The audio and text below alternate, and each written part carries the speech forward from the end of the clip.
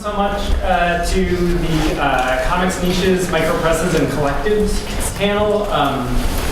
This is a panel in which we'll be talking about comics projects outside of one's art practice in order to contribute to the larger alternative and independent comics community. My name is Neil Brideau. I run Radiator Comics, which is a distro. It distributes comics by 55 self-publishing comics artists from across the country. I also was an organizer for the Chicago Alternative Comics Expo and the Chicago Teen Fest. My pronouns are he, him, and please join me in welcoming our awesome panel. We have Claire Folkman and Kelly Phillips from Dirty Diamonds. We have Avi Ehrlich from Silver Sprocket, Olivia Li from Robot Camp, and Ricky Miller from Avery Hill Publishing. Please give them a round of applause. So I'm going to introduce them and we'll start talking. We'll talk about the hows and the whys of running some sort of project, and then we'll have some time at the end of the panel for you to ask your whatabouts. First up is Avi Ehrlich, who runs Silver Sprocket. Silver Sprocket is a radical art crew, publisher, and dumpster fire from San Francisco, aiming to drive positive and social change, have fun, and foster community and resources for badass comic artists. Some notable titles from Silver Sprocket include Your Black Friend by Ben Passmore, the As You Were Punk Comics Anthology, Catboy by Benji Nate, and Pinky and Pepper Forever by Ivy Adams. Avi's pronouns are they, them. And this photo here and the previous one are from Silver Sprocket's pop-up shop in the Haight in San Francisco. There's a table set up. Avi, Silver Sprocket was first like a record label, right? Yes. How did you go from being a record label to being a badass comics publisher? Well, we were like a punk rock DIY record label with caring about like social justice-y stuff and whatever. But we worked with a bunch of my favorite comic artists to do album covers and flyers and posters, and then they did merchandise designs for our bands. And then I realized that comic artists were a million times more fun to work with than stuck-up entitled bands who wanted to try all the time and get parties and whatever. And it was like the art by these comic artists that was making things sell, because the aesthetic is so important. And I don't know, I'm kind of selling this in a real sellout-y kind of way. But it's like, if we just take the bands out of this picture, everything is better. And I felt that the comic book artists, especially within the, for lack of a better term, like punk rock, DIY, activist comic scene, were really lacking in community. And with music, like bands tour together on record labels together, there's like magazines, there's all this scaffolding for community and shared resources. And I felt that the art scene did not really have that at all.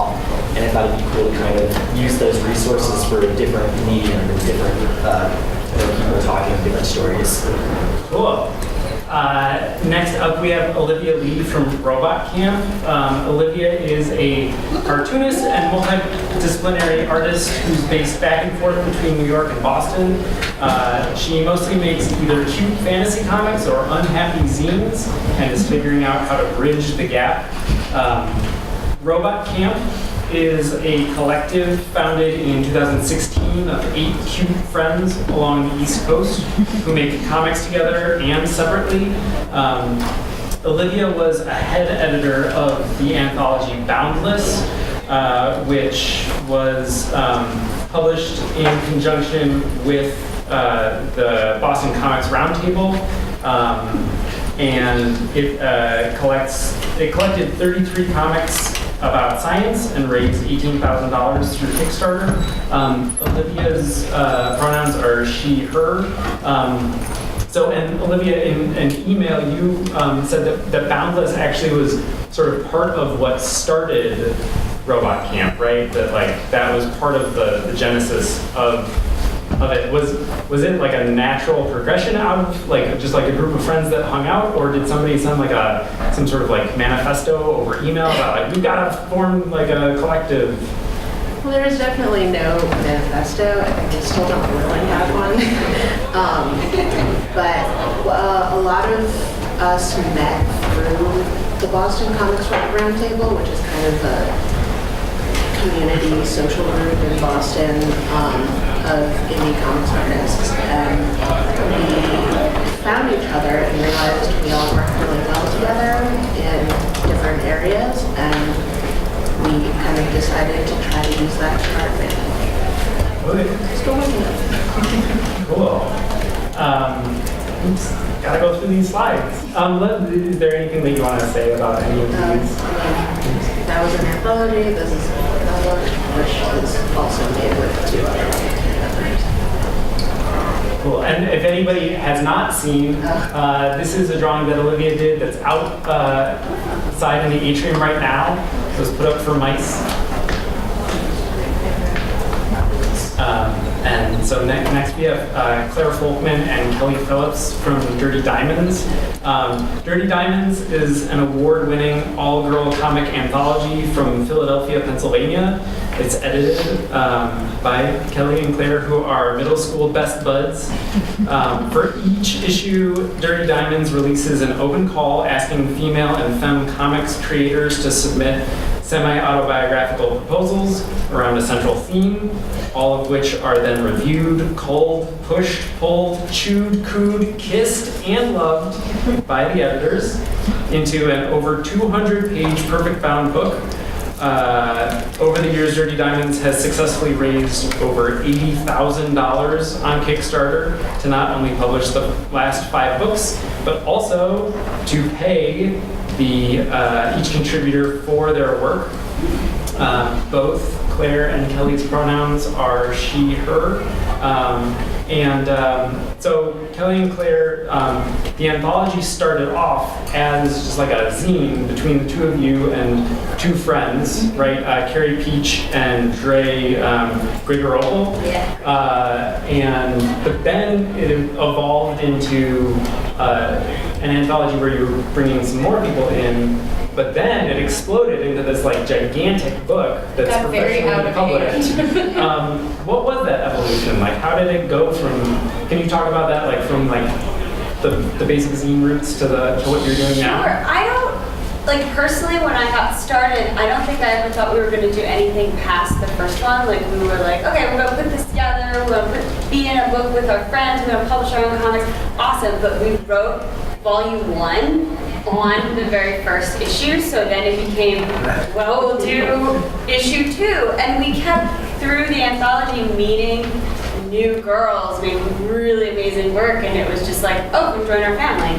Oh, okay, so we gotta do another issue. Come join our family. Yeah, the first one we did the 4 of us in the Philly comic scene, and similar to Olivia, we met a lot of people through the Philly Comics Jam, which is just like a really loose gathering of Philly cartoonists. And you sort of like get to know each other, get to know each other's work. And we were finding that there was, at the time when we started this in 2011, kind of a gap between the ratio of women to men that we would see in different comics anthologies. And we were getting kind of frustrated by it, and we were seeing, some of our friends even being the ones publishing these books. We were like, all right, if these boys that we know can put this together, obviously we can too. So we kind of just decided we needed to create the book that we wanted to see in the world, and started close to home with ourselves, excuse to publish yourself, and these 2 other fantastic creators that we knew. And then with the second one, we were like, what if we just asked the internet to send us more comics? And we expanded from maybe 4 creators to a dozen creators. But by the 5th volume, which was the first one that we decided we really want to be paying people for their contributions, not just like giving them free copies of the book. We blew up to over 100 pages pretty fast, and it's obviously exponentially gotten a little crazier. But when you have that many people in your book, you're having that many more people creating community and making connections with each other, and then they're just organically, and we say, much to our pleasure, they must enjoy working with us, so they, invite their friends to come along for the ride and be part of these books. Nice. And now, last but not least is Ricky Miller from Avery Hill Publishing. Avery Hill is a publishing company based in South London, UK, that has been making graphic novels, comics, and zines since 2012. Ricky runs it with David White and mainly focuses on publishing UK creators, whilst also discovering US artists like Tilly Walden and George Wilasall. Avery Hill started out making little photocopied zines of Ricky and David's own work, and it's grown to the point where they have UK and US distributors, have been nominated for Eisner Awards, won British Comics Awards and Ignatz Awards, and recently published a 544-page hardback book. All of this despite, or maybe because, with the help of still having day jobs for both Ricky and David. Ricky's pronouns are he, him. Ricky, I kind of wanted to ask you too, sort of like, you started, were you and David, you were each making your own zines, and then you decided to like join forces, and then what was the like evolution from making your own zines to being like, we're gonna publish this gigantic book by Tilly Wall? If we had thought we would be publishing that gigantic book by Tilly Wall, we probably wouldn't have done it. I just kind of fell into that in a good way and a bad way as well, because it's a lot of work. But so it kind of goes back a bit further in that me and David were school friends as well, and like a lot of people, we had a quite close group of friends when we were growing up, and we didn't want to lose those friends as we got older, so we kept inventing reasons to stick together. So we were in a band for a while that was really bad, and then what else did we do? We started recording a radio play where we all act out parts, which got so far and not much further. And then we started the music review website, which you can never be sure if anyone was even ever reading, so we got bored of that. Then David came up with the idea of doing like a zine called Tiny Dancing, which was a lot of people, including me and him, who generally didn't really know what we were doing. We'd read comics when we were at school, but we'd fallen away from them. So we started doing that, and then we found a few people wanted to contribute to it, much to our shock, and they were much better than us. So people like Timber and Owen Connery, Timber recently won the British Comic Award, and once we started sort of seeing what their work was like, we were like, why don't we just publish their work and not have to bother doing our own, because it's embarrassing. So that's basically what we started doing, and then we came up with the idea of forming a publishing company, based on the principle that if you say you're a publishing company, people will believe you, especially if you have a logo and business card. So we'd never done anything like that before. We didn't really know what we were doing. We paid to print some books, so people wanted us to do it. So kind of progressed from there, really. Yeah, then I guess we got kind of good at it, or at least we stuck around long enough to not be as bad as we were. Cool. How's the volume? Can everybody hear everything? What? Cool. Well, so I wanted to talk about sort of, you know, the whole idea behind this panel is like collectives and micropresses and anthologies as like a positive force in our community and our ecosystem. So I kind of wanted to talk about those benefits. And Ricky, I'll stay with you. So on your, sort of like your website has a mission statement, and it includes this quote that says that Avery Hill seeks to be a home to the geniuses that the mainstream has yet to recognize. And I was hoping you could talk about sort of like maybe a little bit about the difference between what a micropress does and what like a mainstream publisher or like a big press publisher does, but then also like what are the advantages of being a micropress? Okay, so I guess a micropress, you know what, I find it very hard to describe what those things do because I don't come from that kind of background. So my understanding of it is essentially what we did, which was start out very much as a micropress. And so I guess the difference is, in my mind, the micropress can publish whatever they want and basically whatever they like, whereas a bigger publisher, as soon as you've got staff and overheads and things to worry about, you start thinking, is this project commercially viable? Will I make money out of it? And I guess that's the big difference. There are lots of crossovers because you want to make money for the creators, so you don't want them wasting their time. But I'd say those are the abiding two differences between the two things. And as we've got bigger, that's definitely the dichotomy we're looking at. Is I don't think we'd ever want to get to a point where we were choosing projects based on whether or not we thought we could make a lot of money out of them, because that would get really boring really quickly, I think. So I don't see it as that kind of thing. That's why we have day jobs. And as soon as I had to live off this, I'd be like, oh God, what do I publish? I wouldn't have a clue what to publish, to be honest, I think. But going by what we like, we're always sure that we can publish something good, and I guess that's what we want. And the sales are now decent enough and the overhead's so low that you can make a bit of money out of it and pay the creators, which is really, really important. So.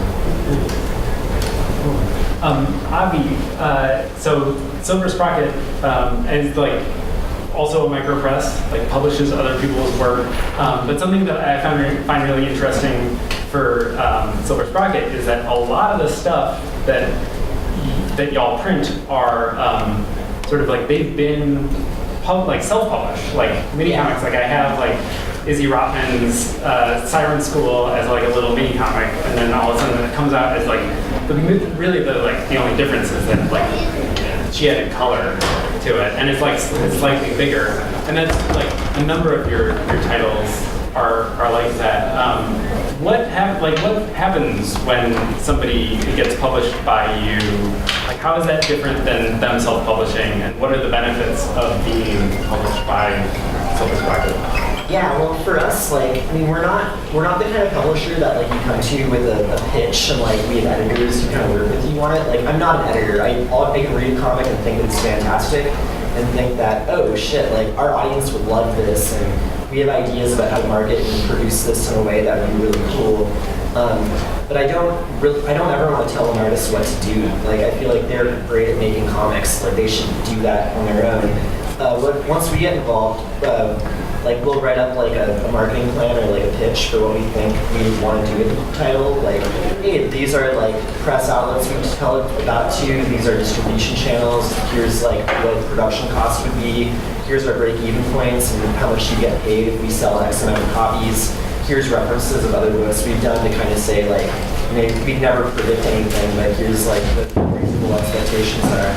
So it's really like we're kind of holding up a megaphone with something that the artist has already accomplished on their own. But it's like, if I read something and think it's great, like, the artist doesn't have the resources to set up it all over the place. Like, the job of reaching out to retail, reaching out to press, and handling production issues are all just so time-consuming and exhausting and so specialized that if you're just already spending your time and energy making a comic, it's really cool to be able to outsource that or delegate it to someone who really pay attention to it and champion it, and maybe have resources and experience and connections that you might not have on your own. So I feel like those are things that a publisher really brings to the table. And as an artist, you really need to be like thoughtful to what is this publisher actually going to help me with that I don't want to do on my own or can't do on my own or would prefer not to. Is that actually worthwhile, or how does it set up?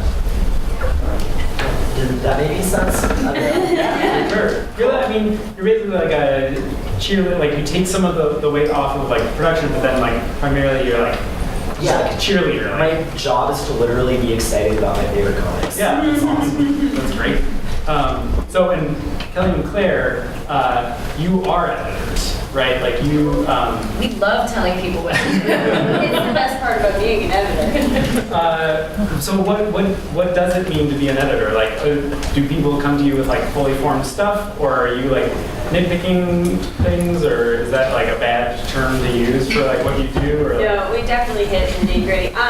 So we only do the one book a year, and our process is we release an open call on the internet asking female identifying creators to submit proposals to us around a theme. And we have very structured like size of the page, and you can only be 2 to 4 pages long. So then we go through the process of basically sitting on Kelly's couch and going through every single proposal to kind of figure out what are the variety of stories that are being offered to us, and then making sure that we're representing in each book the most diverse perspectives, not only, race, but also socioeconomic class, and like how are they telling the story? What is the art style?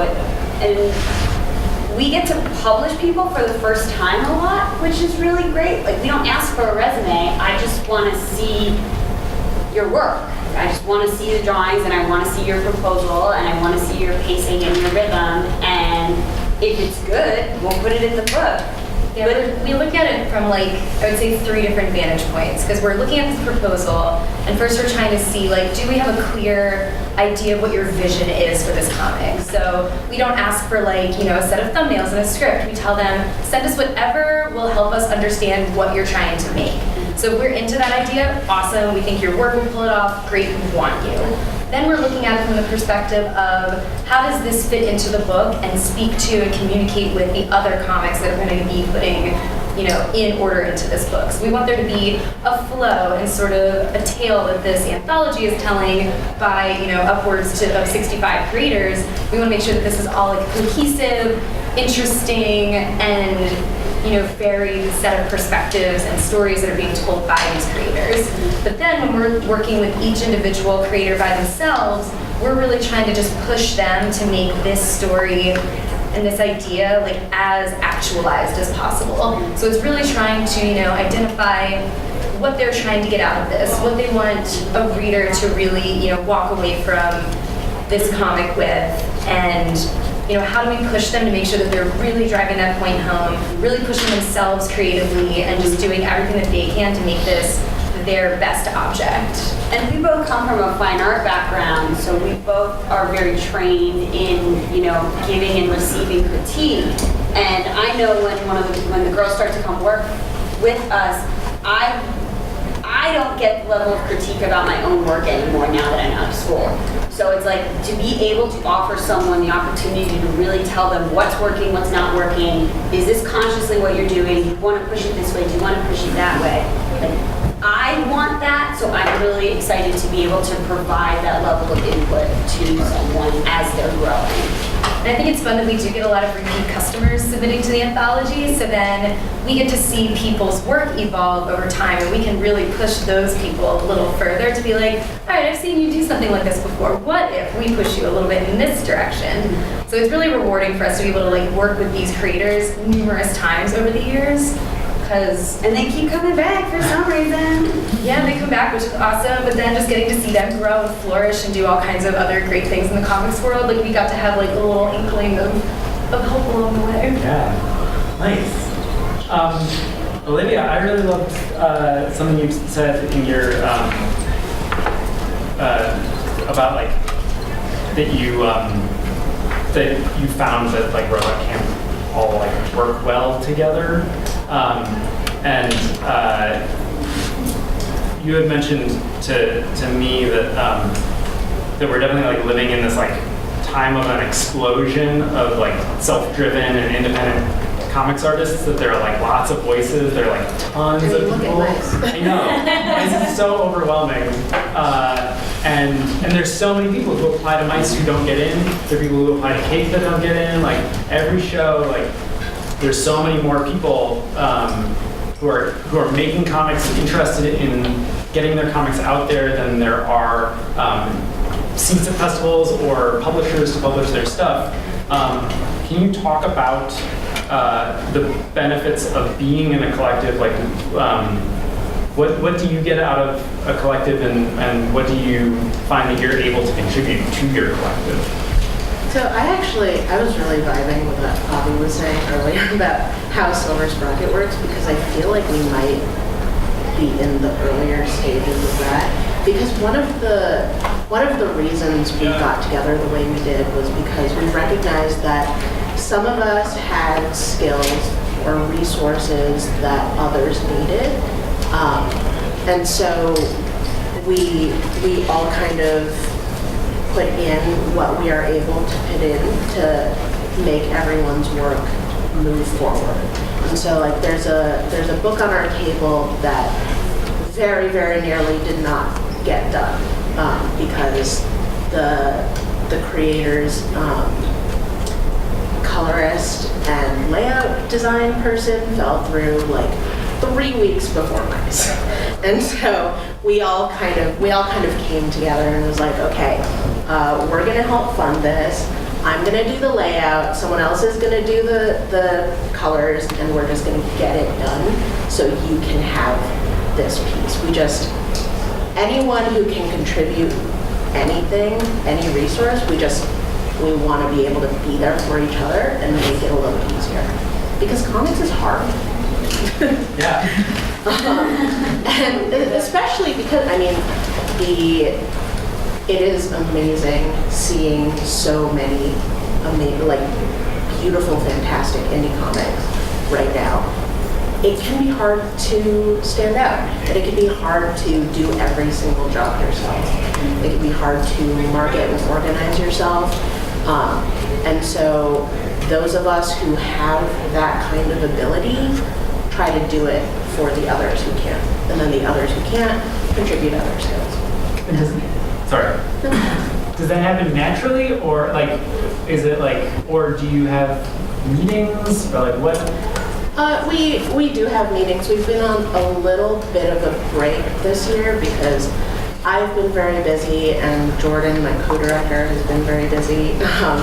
Jordan is one of the people who runs Mice, and she makes it amazing.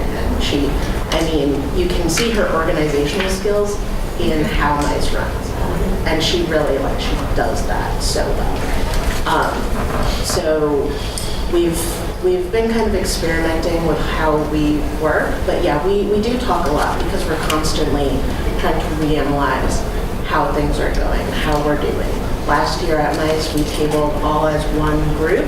This year, we're technically tabling individually, but they put us all on the same table anyways, and we're fine with it. We love it. But yeah, we're kind of trying to figure out, like, okay, are people making more sales by themselves or in context on the big table? Because all of the work, I mean, I love the work of all of the members.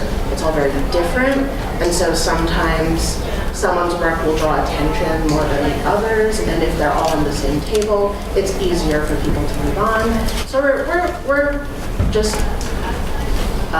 analyzing as we go. We're trying to figure out the best way that we can serve each other and ourselves the most. Cool.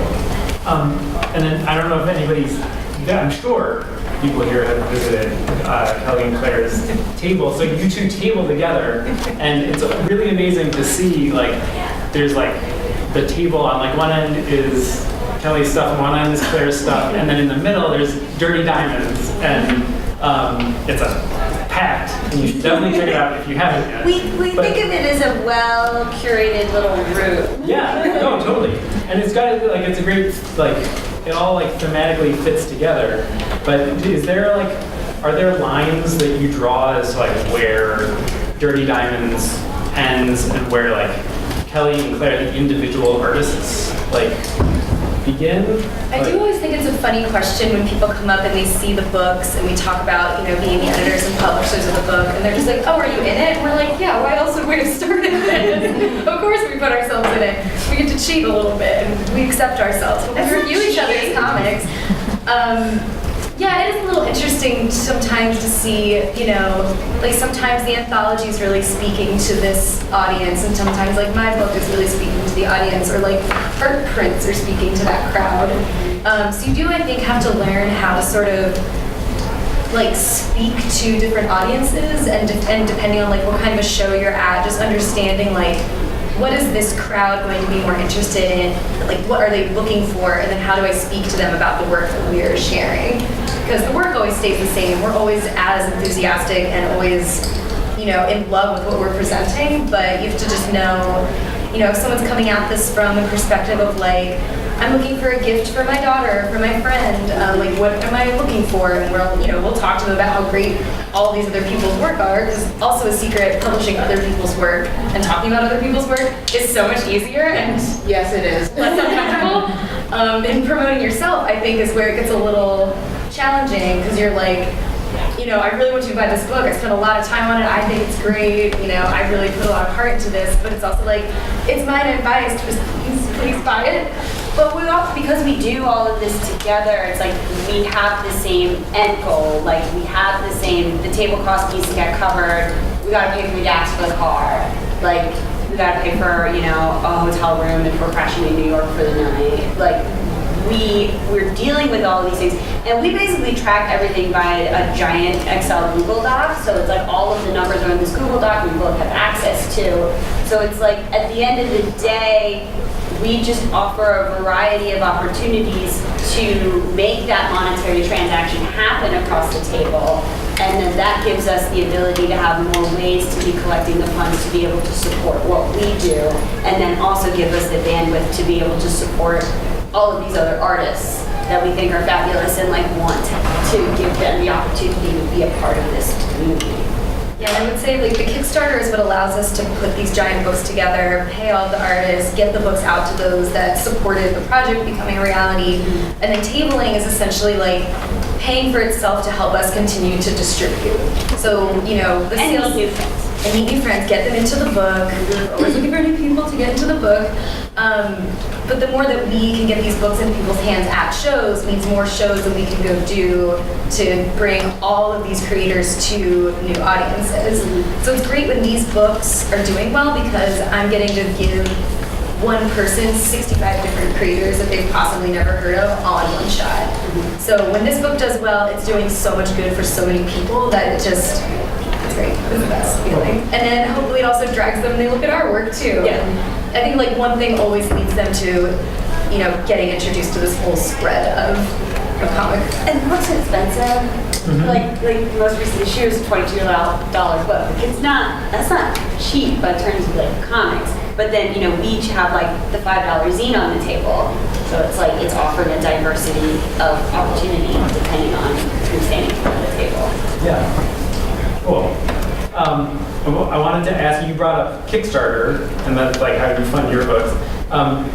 Ricky, I was hoping, if you don't mind, talking about sort of like nuts and bolts of, I mean, the books on your table, which is also out in the atrium, are like, the production value is very high, especially like, you know, like that Tilly Walden book. How does Avery Hill fund itself? Is it self-funding, or do you do Kickstarter? Do you just take money from your paycheck? No, yeah. We've never done Kickstarter. We're thinking about it, but we were always a bit wary of it. In the UK, it's not as advanced in terms of publishers using it. And I was always a bit like, oh, what happens if we don't succeed in the Kickstarter? We tell the creators we're not making any books, because obviously you still want to make the books, but how would that work? So I've never quite got my head around how we do Kickstarter. I think we'd only use it for very specific projects, and then we'd probably have to figure out how we would back if it looked like it's going to fail, because that would look really bad. So when we started, we all put in, there was 3 of us at the time, one of them left, and we all put in £1,000 each to start the company. Then we needed to put more money in. And then... Isn't employment the best? Yeah. So yeah, essentially we were funding itself. It's technically in profit, so we do make money, but that's mainly because we haven't paid expenses for about 2 years. And when I say expenses, I mean flights, hotels.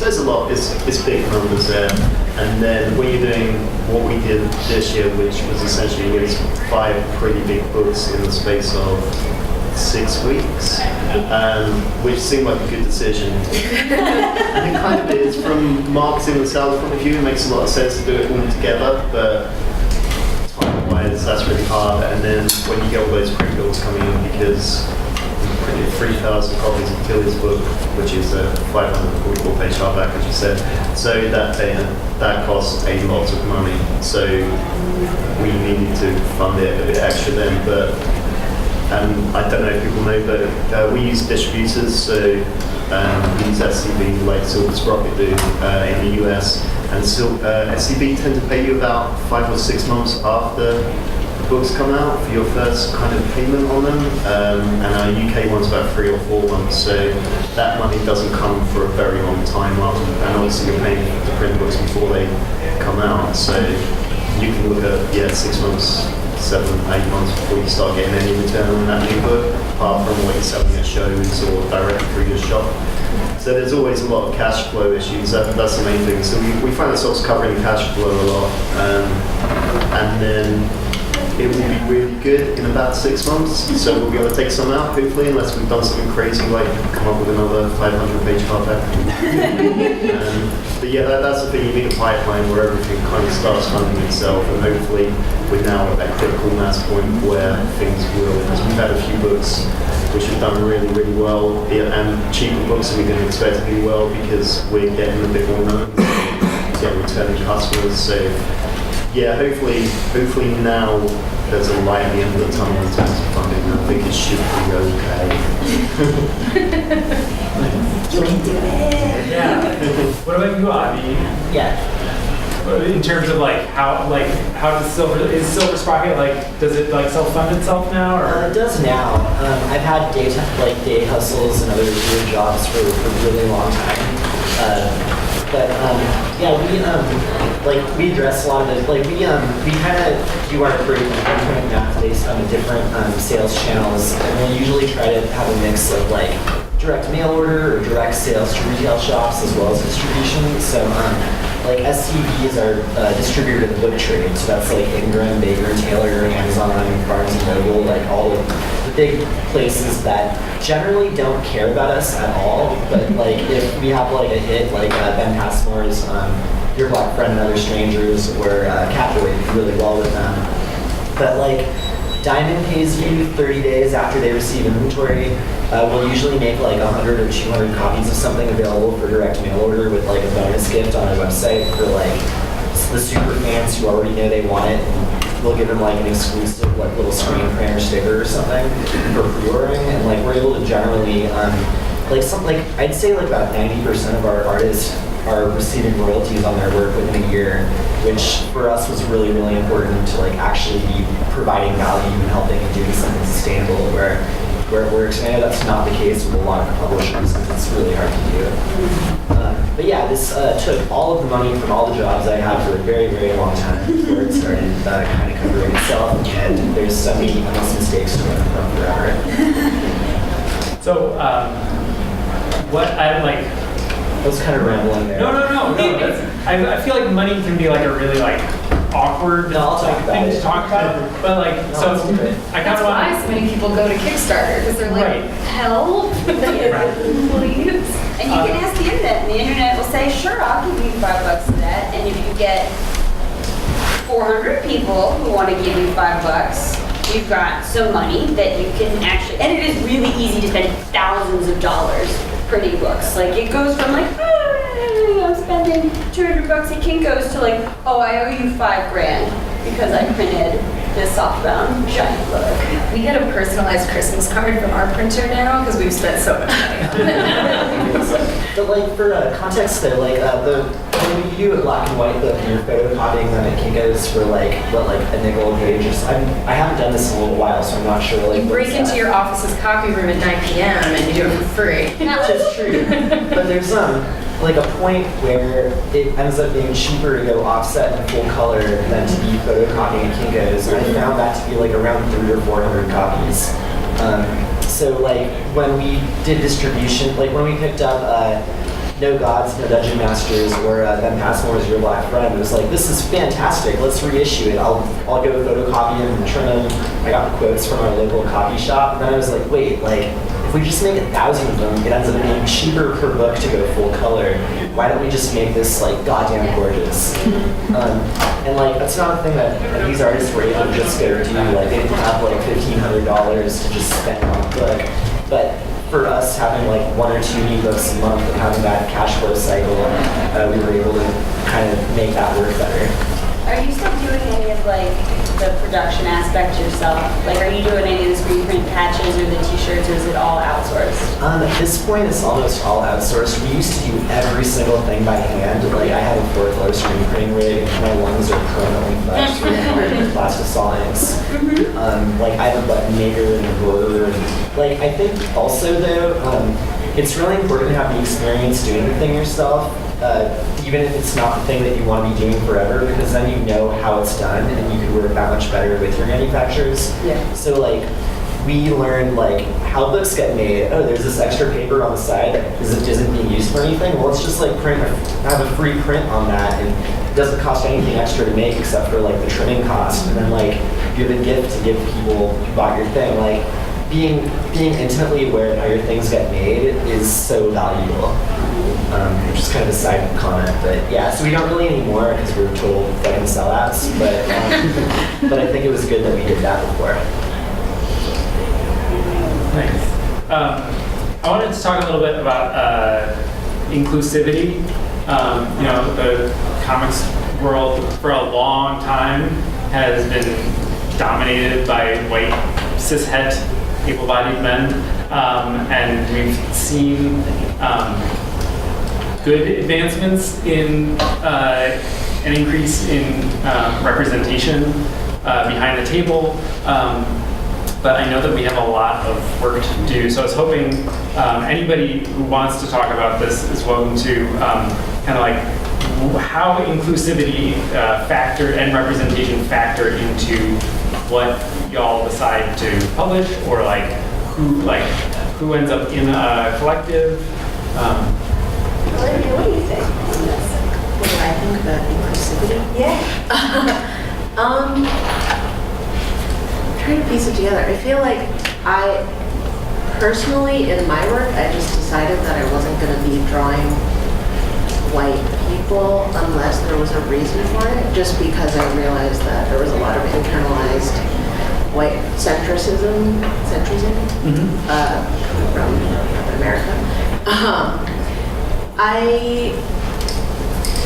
We didn't necessarily form around who every person in the collective is. We were kind of like, well, I like your work, and I like you as a person, and I like working with you.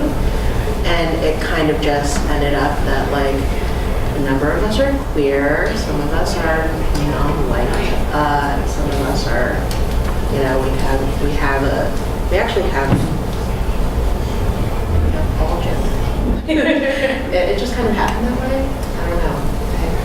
Because your comic for beauty, I thought, was a really great example. Sex, that is for sex.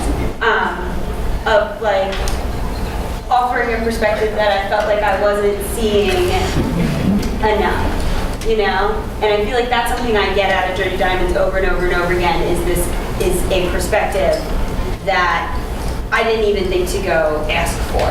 Like it wouldn't have even occurred to me to go seek out this wide variety of people who offer so, and sex especially, because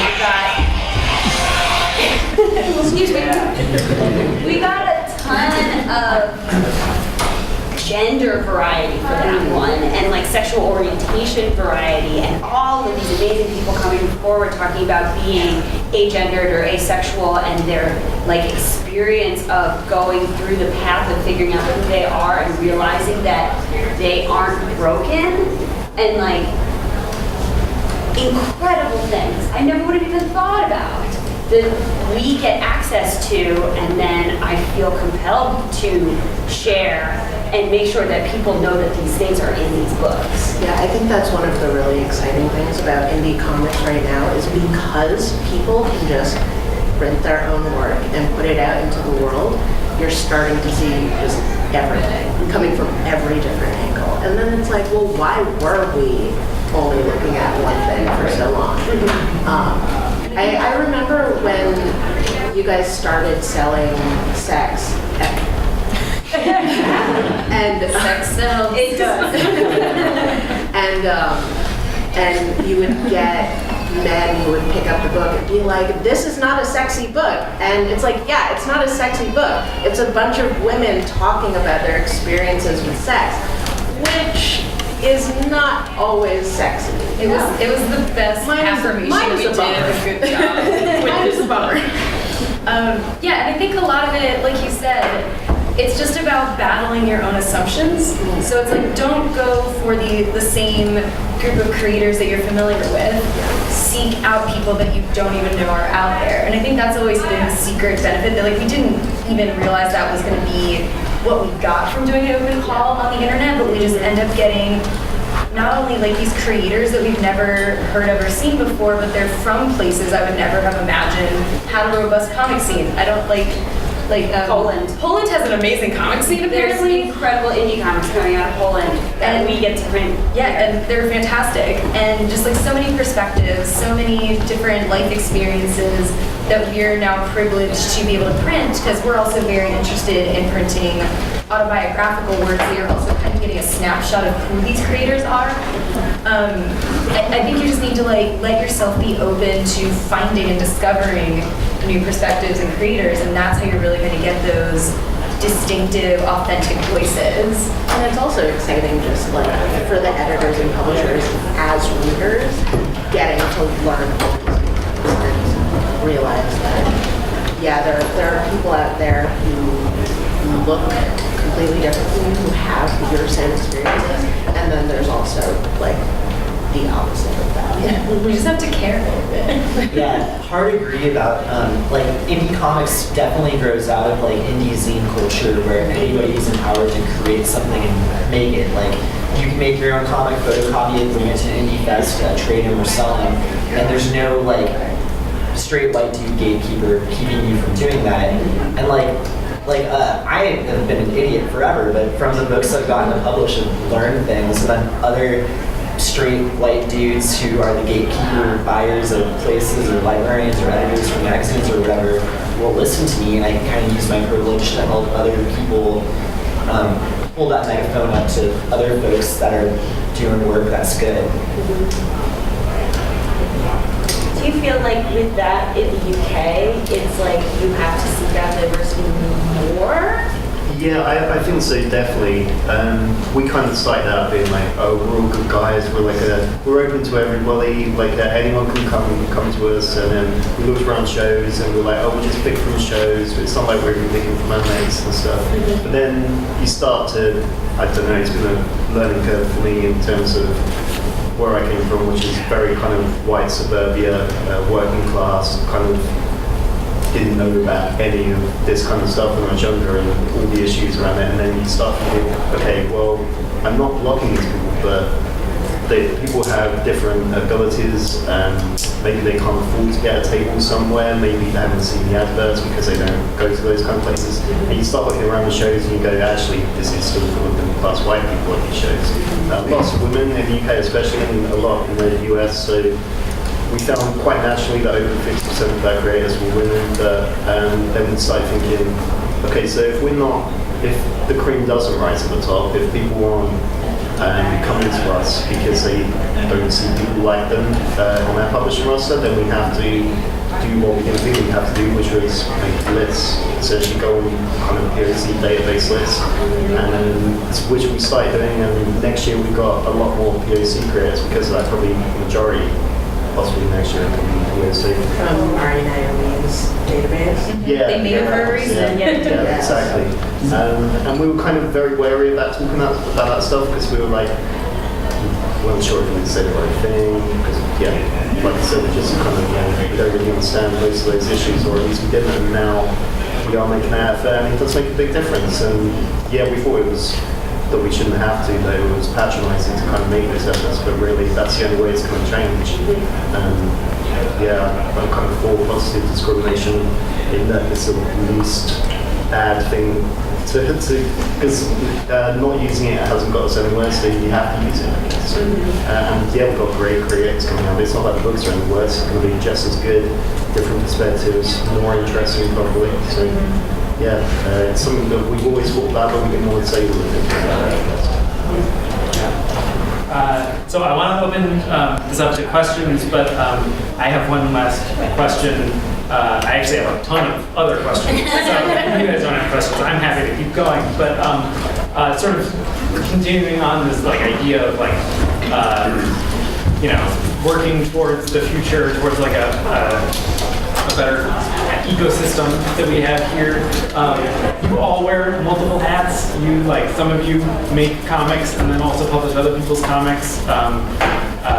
You're editors and distributors and publishers. And what? Employed. Got day jobs.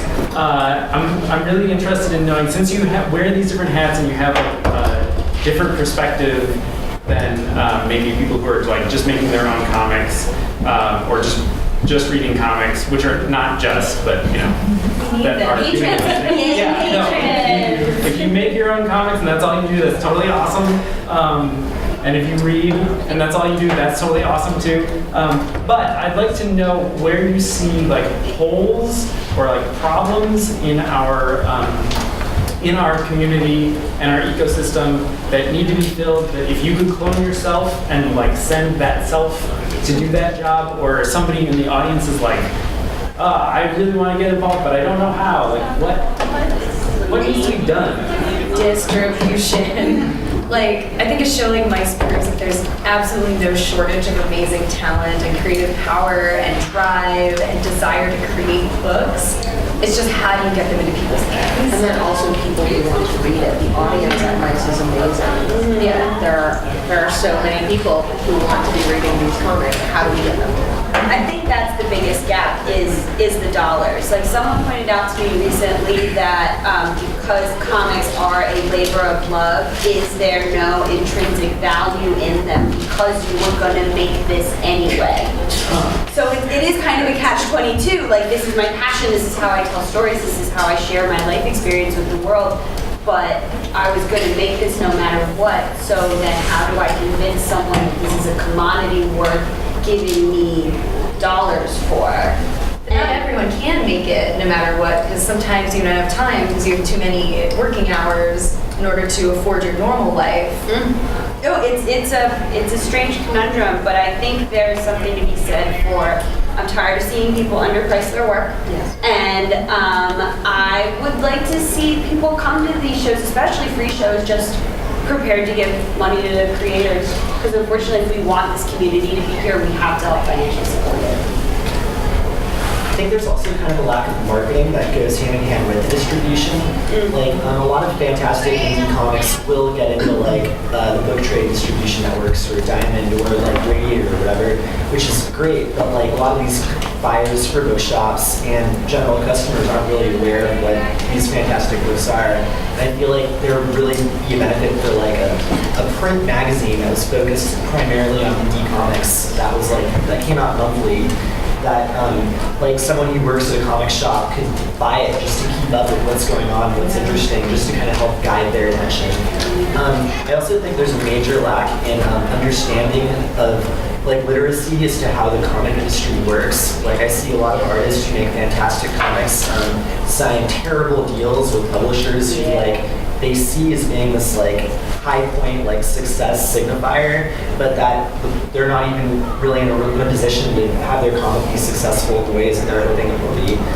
So I think people need to like much better understand like how the business works, like and like what the different publishing models are, and like what they are really looking for or not looking for.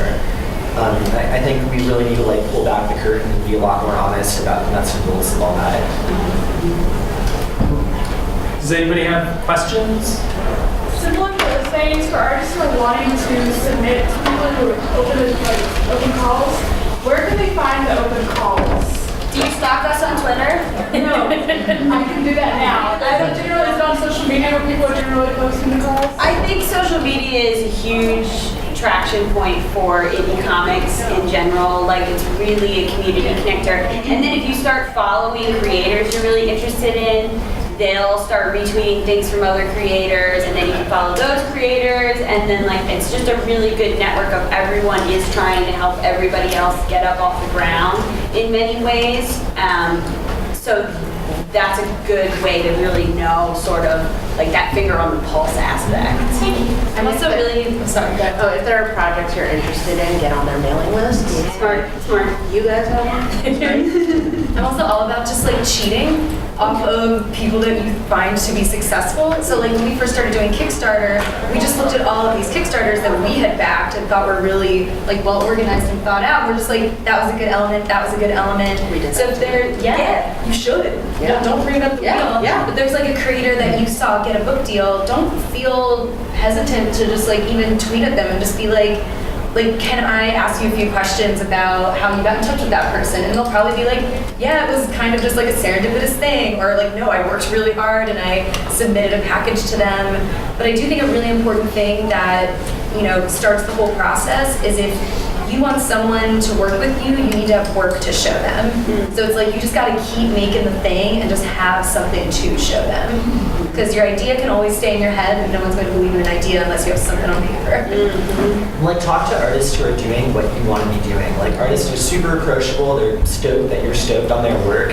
And like, we've had people submit stuff to us, but like, when an artist is like, that we already work with is like, hey, check this out, like, I'm gonna listen. Like, I respond when our artists contact us about anything.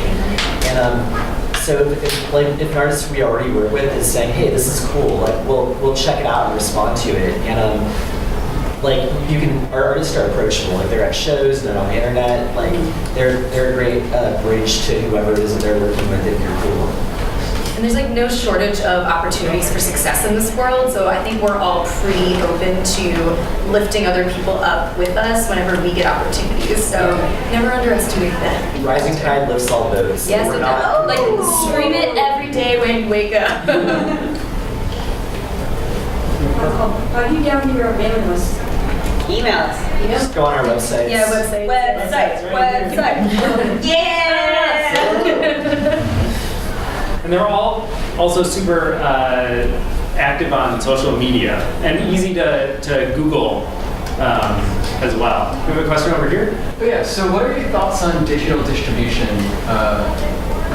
Is that a thing you do? Is that a thing that helps? Our very best-selling products are all free on the internet. I think that piracy is not the enemy. I'm like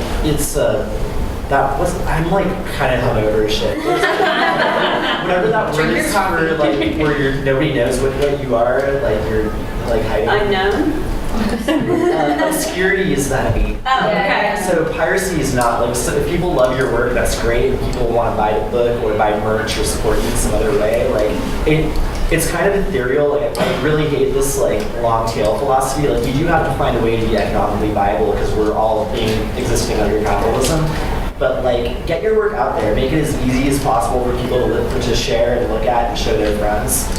And I do think that people that are going to want books are always going to want books, but there's no reason why you shouldn't also take advantage of this, like, it's a worldwide network that we can all access for free. So I also tell people, like, putting something on Tumblr is publishing. Like, you just made a webcomic, you literally published it somewhere.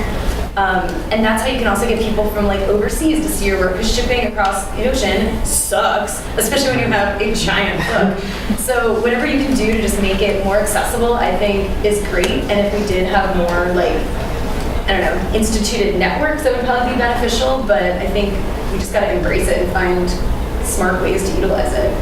I have a very concrete example. Tilly Walden put out all of On a Sunbeam, all 500 something pages for free. I read along and I obsessively like watched for it to be on pre-order because it just that good. Yeah, and that's still up for free as well, so you don't have to buy the book, you can still read it, but it's going to be a big hit. First, second of letter, keep it up, so if first, second of letter, you know it's commercially okay. So. Yeah. It gets people to buy the book. And that's also how webcomics that then become books are successful. I think they prove that all of that.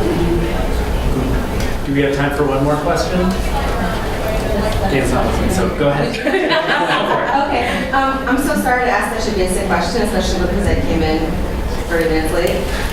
But would somebody mind describing the distinction of what a micropress is? Because I feel like I'm more familiar with terms like independent publishing, self-publishing, underground publishing, and I would love to hear how people think of a micropress.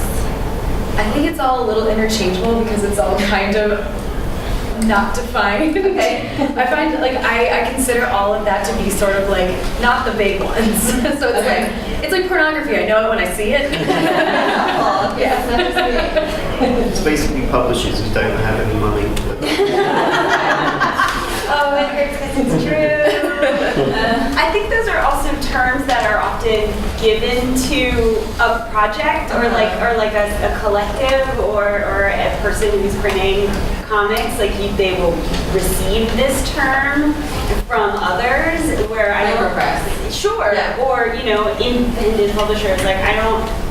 It took me a long time to get past the point where I was like, oh, I am a publisher. Like we With no publish qualifier books. front. Yeah, it's just like, oh, I don't have to be.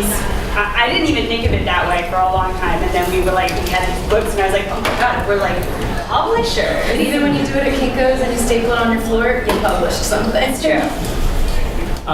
So unfortunately, we're at the end of our hour together, but there are still 2 more hours of mice, and we can continue the conversations with individuals.